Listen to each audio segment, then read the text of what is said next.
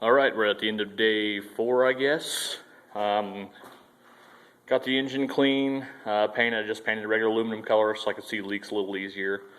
I've got the new pistons in, and blocks clean. You can see it's all there. Dipstick tube. And one interesting thing on this block, which I didn't notice on the last one, is if you could see in the left hole there where it goes back, this casting was almost up to here. The hole was only about the size of a dime. A lot of casting flash in there, really unusual for a Nissan block. Usually they're cleaned pretty well, designed very well. This particular one did have quite a bit of casting in it, so I went ahead and cleaned it out. I'd never had any cooling issues, but I'm sure it's a lot better flow now than what it was. And then on over to the issue we had before. Looks, as you can see, I've got the hole cleaned out there. There's no more metal shavings or nothing in there. Got the new check ball installed. All good to go. And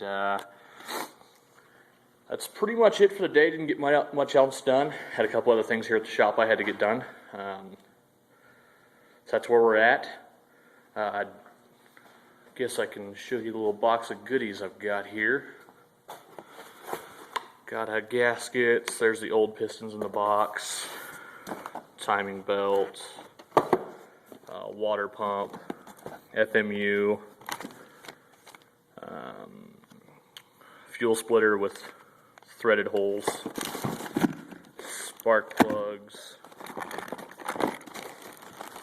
and new injector seals for both the plenum and everything. Oh yeah, so I guess I better address that issue now. Autolite spark plugs. I know, it's a Nissan, use NGK or Denso, I'm all for it. I normally recommend that, but Autolite makes an extremely, extremely cold plug. I can prove to you on a dyno with my LS1 what kind of issues using too hot a plug and boost can do, but that's fine. Autolite makes a pretty decent plug.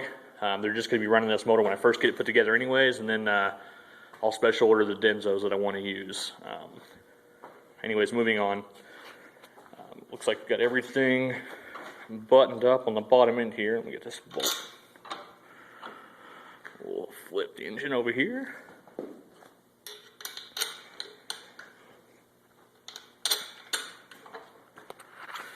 Got the girdle on, everything cranked down, plastic gauged it. Looks like I'm at 18 thousandths, which is perfect.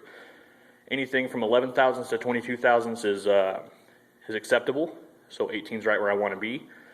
On the piston rings, I can give you all the specs, but the top ring, the important thing, the top ring is right at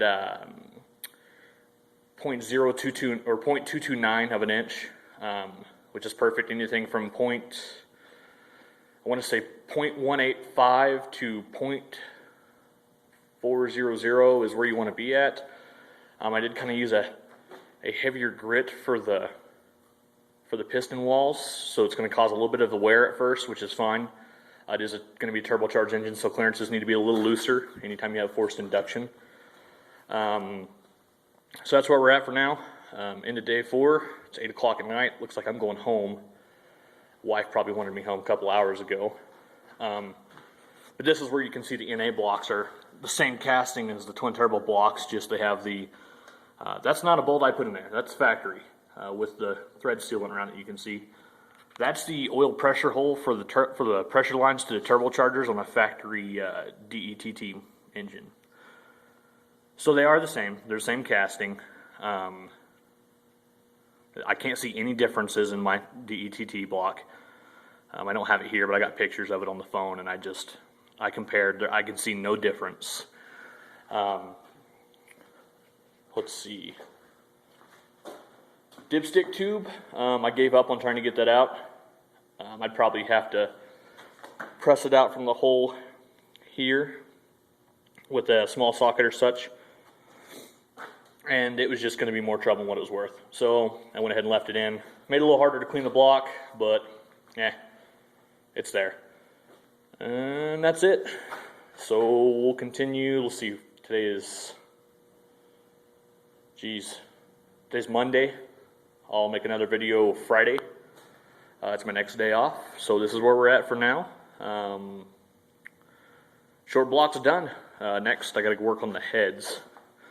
They are nasty. I haven't even touched them yet. Heads and accessories, power steering pump, alternator, all that good stuff. Valve covers, gotta get them cleaned up, painted. And I gotta work on hose routing for the intake.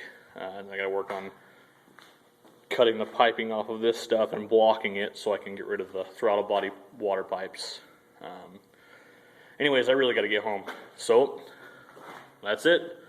We'll see you next time.